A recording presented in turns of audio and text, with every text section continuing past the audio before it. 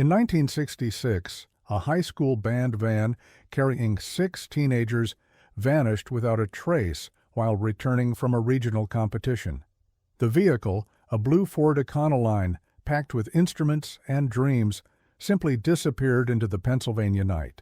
But 28 years later, a construction crew breaking ground for a new shopping center would uncover something that would finally reveal the truth, a discovery so shocking it would shatter one family's decades of hope and bring justice to a case the authorities had long forgotten.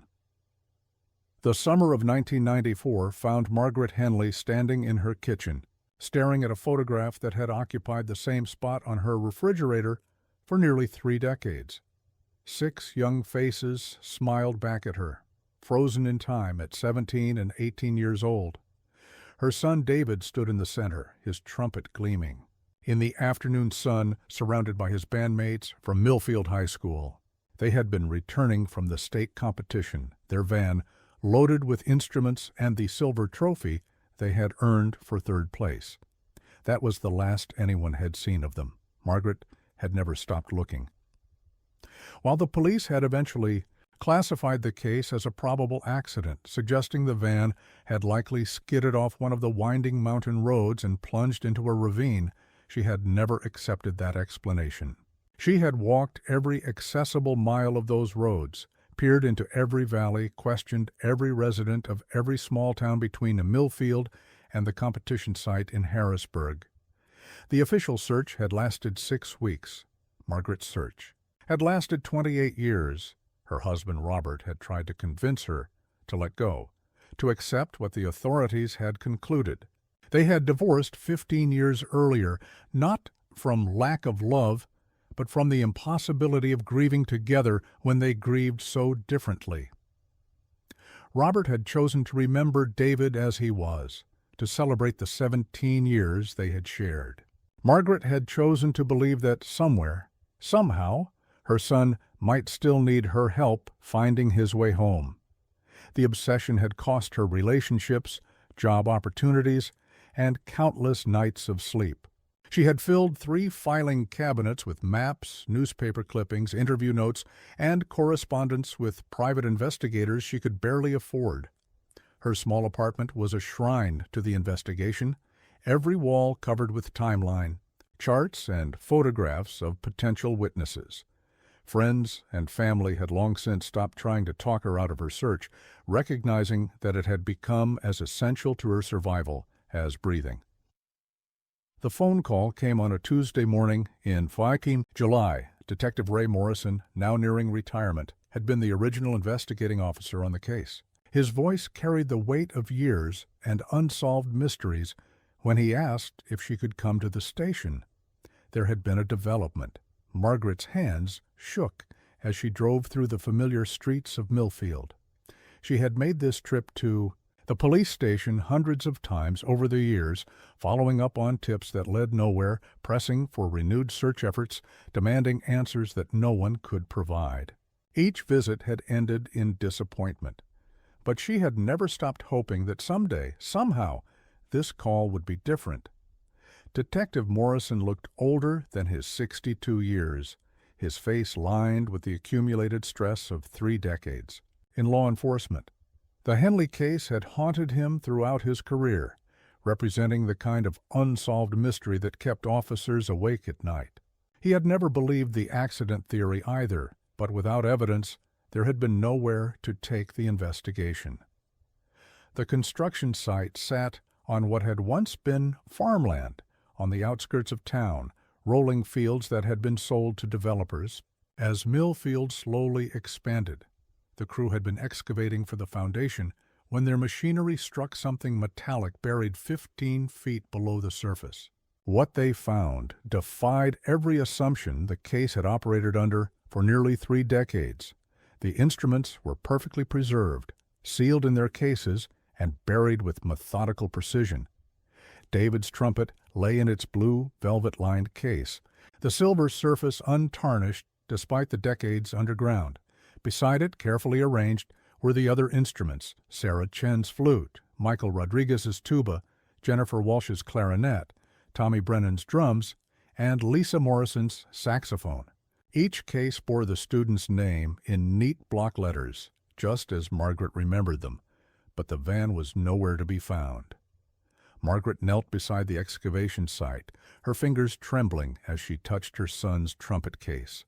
The metal latches still worked perfectly, clicking open to reveal the instrument that had been David's constant companion throughout high school.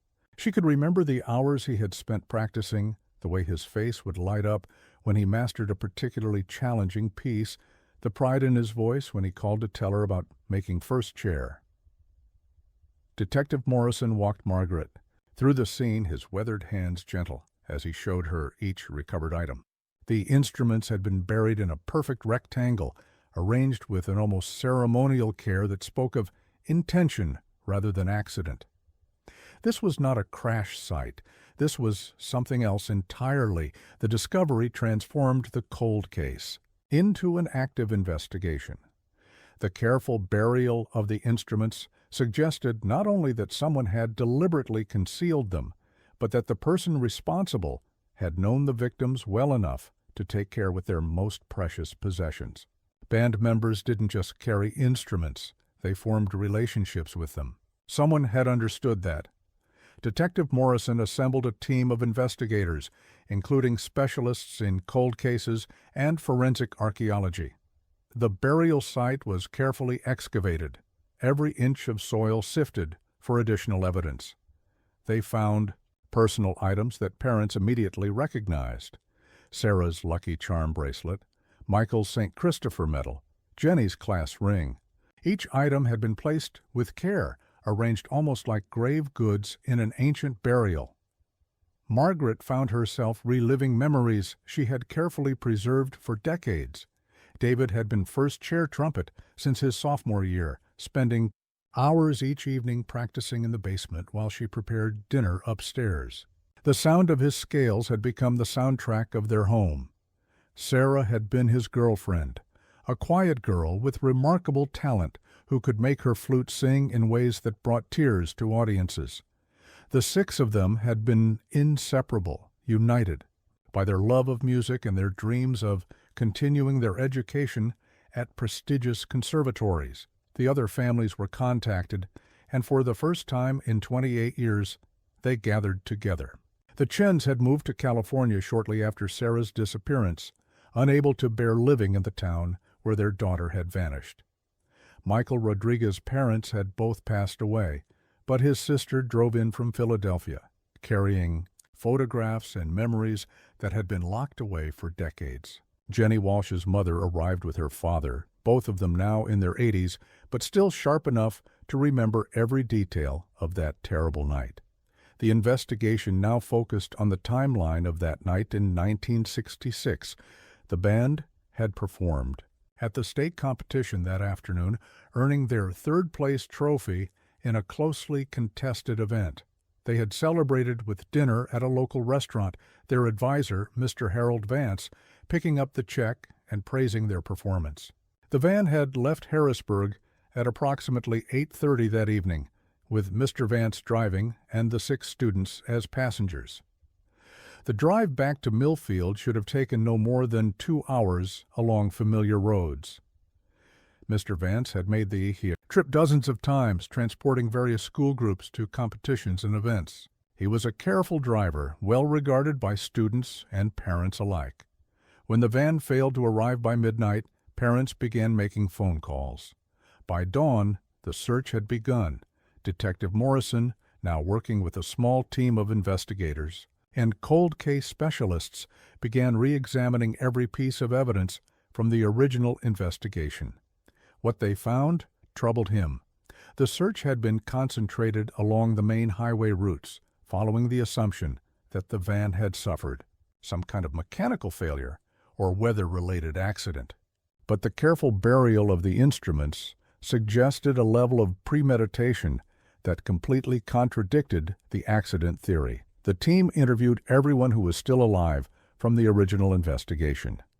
Many of the key figures had passed away over the decades, but their family members often remembered details that had never made it into the official reports. Stories about strange behavior, unusual sightings, conversations that had seemed innocent at the time but now carried new significance. Margaret worked closely with the investigators, sharing the extensive research she had conducted over the years.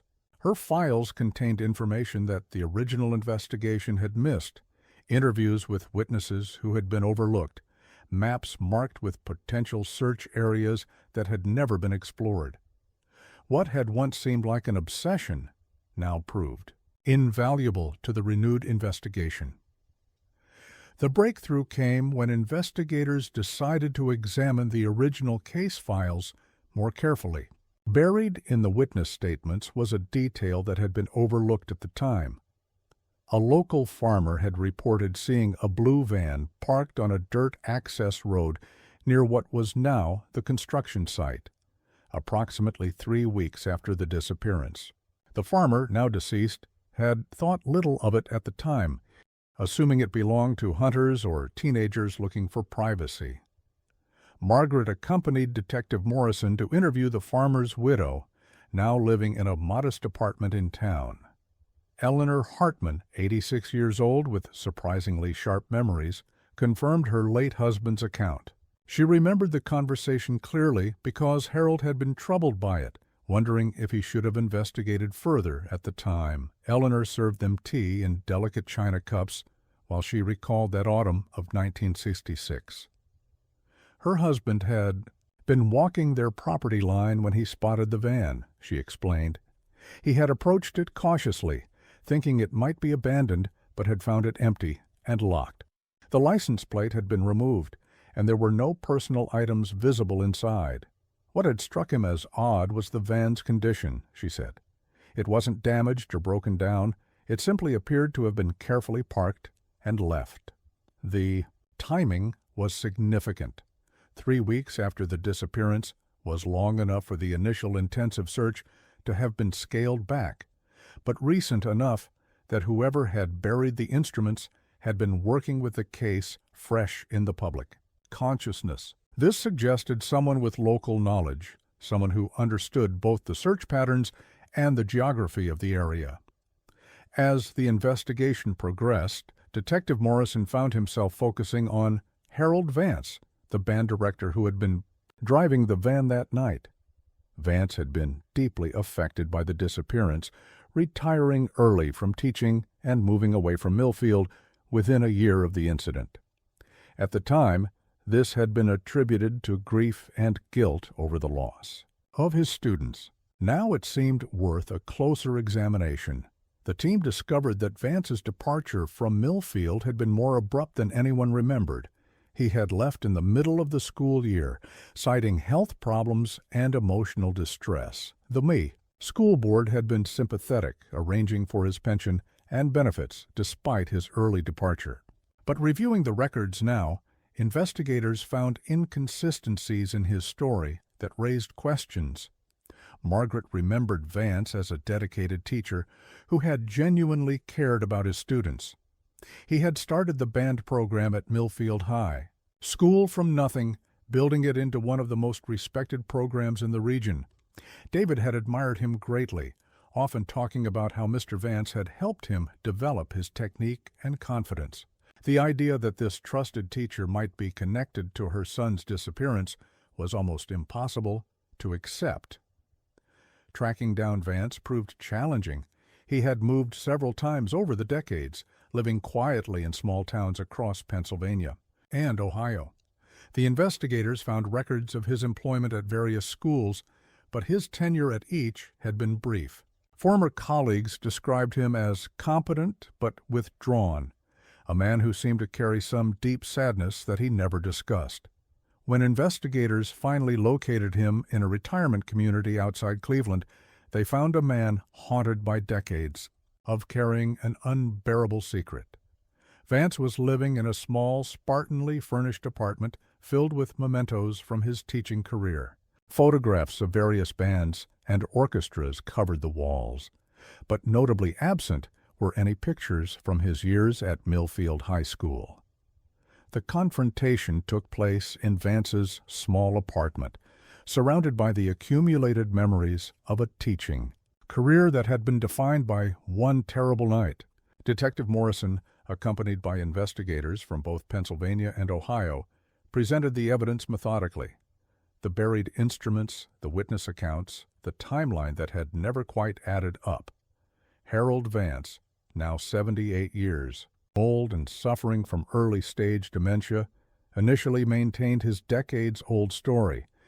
The van had developed mechanical problems on a dark stretch of road. He had sent the students to look for help while he stayed with the vehicle. When they failed to return, he had searched for them until exhaustion forced him to seek assistance. By the time help arrived, there was no trace of the van or the students. But as the questioning continued over several hours, cracks began to appear in the story that had held for 28 years. Details that should have been seared into his memory proved fuzzy. His explanations for his actions that night became increasingly contradictory. When investigators pressed him about the witness who had seen the van weeks after the disappearance, Vance became agitated and confused. The investigators took a break, allowing Vance time to rest and consider his situation. They could see the internal struggle playing out across his weathered features, the battle between a secret he had guarded for decades and a conscience that had never allowed him peace. When they resumed questioning, Detective Morrison took a different approach, speaking not as an interrogator, but as someone who understood the weight of carrying guilt for so many years. Finally, faced with the physical evidence of the carefully buried instruments, Harold Vance's composure collapsed entirely. The tears came first, deep, wrenching sobs that seemed to emerge from decades of suppressed grief and guilt. Then, slowly and haltingly, he began to tell the truth about what had happened on that October night in 1966. The truth that emerged was both simpler and more heartbreaking than anyone had imagined. There had been no accident, no mechanical failure, no desperate search in the darkness. Instead, there had been a moment of catastrophic judgment that had spiraled out of control with horrifying consequences. Vance admitted that he had been drinking. That evening, not heavily, he insisted, just a few beers during dinner to celebrate the student's performance, but enough to impair his judgment on the winding roads back to Millfield, enough to cause him to miss a curve and send the van crashing. Down a steep embankment into a stream swollen by recent rains, he had survived the crash with minor injuries. The 6 students had not. Panicked, and realizing that his drinking would make him criminally liable for their deaths, Vance had made a decision that would haunt him for the rest of his life. Instead of immediately calling for help, he had spent the night extracting the bodies and the instruments from the wreckage. The van, partially submerged and badly damaged, was beyond recovery. But the instruments, the students' most prized possessions, had been salvageable. The confession continued. For hours, Vance recounting details that only someone who had lived through the nightmare could know. He described the horror of realizing that all 6 students were dead, the panic that set in as he understood the consequences of his actions, the desperate hours spent trying to figure out what to do next. Over the following weeks, working in secret during the chaos of the search effort, Vance had disposed of the bodies in the deep, swift-running stream, watching the current carry away all evidence of his crime. The instruments, too precious to simply throw away, he had buried with care on the old farmland, marking the location in his memory as a makeshift memorial to the students he had killed through his negligence. He had then concocted the story about mechanical problems and the students going for help, knowing that without bodies or the van, it would be impossible to disprove. He had participated in the search efforts, comforting grieving parents, while knowing exactly what had happened to their children. The guilt had consumed him, driving him from Millfield and haunting every day of the past 28 years. Fanor confession brought an end to Margaret Henley's 28-year search, but not in the way she had ever imagined. The son she had hoped might still be alive somewhere was indeed gone, had been gone since that night in 1966. But finally, knowing the truth brought a kind of peace she had not expected. Margaret sat in silence for a long time after hearing Vance's confession, processing the end of a journey that had defined her adult life. The anger she expected to feel was overshadowed by a profound sadness, not just for David and his friends, but for Harold Vance himself. She could see the man he had been before that terrible night, the dedicated teacher who had loved music, and his students. That man had died in the crash as surely as the 6 teenagers. Harold Vance was arrested and charged with 6 counts of vehicular manslaughter and evidence tampering. Given his age and mental condition, he was sentenced to house arrest and community service, a resolution that Margaret and the other families ultimately found acceptable. The real punishment had been the decades of guilt and isolation that Vance had imposed upon himself. The legal proceedings were brief, with Vance pleading guilty to all charges. During the sentencing hearing, he asked to address the families directly. His statement was simple but heartfelt. He was sorry for his cowardice, sorry for their decades of uncertainty, and sorry that his moment of poor judgment had robbed the world of 6 talented young people who deserved to live long, productive lives. The recovery of the instruments led to a memorial service unlike any Millfield had seen. Margaret organized the ceremony with the other families, finally able to properly mourn their children after nearly 3 decades of uncertainty. Each instrument was played one final time by current members of the high school band, their music carrying across the cemetery, where memorial markers now honored the 6 students who had never come home. David's trumpet, carefully polished and restored, sang out clear and true in the summer air. Sarah's flute danced through a melody she had loved. One by one, the instruments that had been silent for 28 years found their voices again. A final performance for the young musicians who had devoted their lives to making music. The ceremony drew hundreds of attendees, including many of David and his friends' former classmates, now middle-aged adults with children of their own. They shared memories of the 6 students, creating a picture of young lives full of promise and potential. The service became not just a memorial, but a celebration of the impact these teenagers had made during their brief time in the world. Margaret kept David's trumpet, displaying it in a place of honor in her living room. The photograph on the refrigerator remained as well, but now it seemed different somehow. The 6 young faces no longer looked trapped in time, forever waiting to come home. Instead, they looked peaceful, finally able to rest. The construction site where the instruments had been discovered became the location for a small memorial garden funded by donations from throughout the community. A bronze plaque lists the names of the 6 students and includes a quote from David's favorite piece of music, "Music is the bridge between heaven and earth." Visitors often report hearing faint melodies carried on the wind, though the nearby shopping center hums with the sounds of commerce and daily life. For Margaret, the end of her search marked the beginning of a different kind of journey. She began volunteering with families of missing persons, using her experience to help others navigate the complex emotions of uncertainty and hope.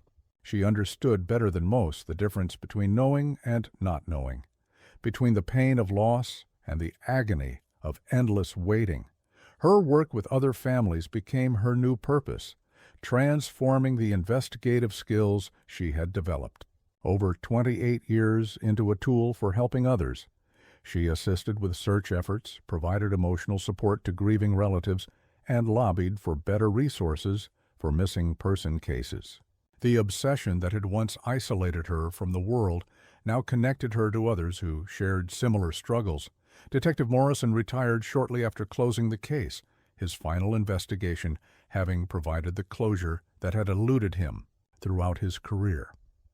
He kept in touch with Margaret, their shared experience of seeking truth in the face of decades-old secrets creating an unexpected friendship. They would meet occasionally for coffee, two people who understood the satisfaction that comes from finally answering questions that have haunted entire communities. The story of the disappeared band van became part of Millfield's history, told and retold as an example of how secrets can survive decades before finally coming to light. But for those who had lived through the mystery, it represented something more profound. The understanding that truth, however painful, ultimately brings more peace than the most comforting lie. Harold Vance lived only 2 more years after his confession, passing away quietly in his small apartment. His final months were spent in a kind of peace he had not known since 1966, no longer carrying the terrible weight of his secret. He left behind a letter to be given to the families, expressing once again his remorse and his gratitude that the truth had finally been revealed. Margaret Henley, now in her 70s, continues to tend the memorial garden. On quiet evenings, she sits on the bench dedicated to David's memory and listens to the sounds of the town around her. Sometimes, when the wind is just right, she swears she can hear the faint echo of a trumpet playing the scales that once filled her home with hope and promise. The sound no longer brings tears. Instead, it brings the deep, quiet satisfaction of a mother who never stopped looking, never stopped loving, and finally found the peace that comes with knowing the truth. The case officially closed on an autumn day exactly 29 years after the van had disappeared. Margaret stood at the memorial garden with Detective Morrison, watching as the last of the paperwork was filed away. The mystery that had defined both their lives was finally solved. The questions that had kept them awake for decades finally answered. As they prepared to leave, Margaret placed fresh flowers at the base of the memorial plaque. 6 white roses, one for each of the young musicians who would never grow old. The wind carried the scent of the flowers across the garden, mixing with the autumn air to create a moment of perfect peace. Somewhere in the distance, the current high school band was practicing for their fall concert, their music a reminder that life continues, that dreams survive, and that sometimes, even after decades of silence, the truth finally finds its voice.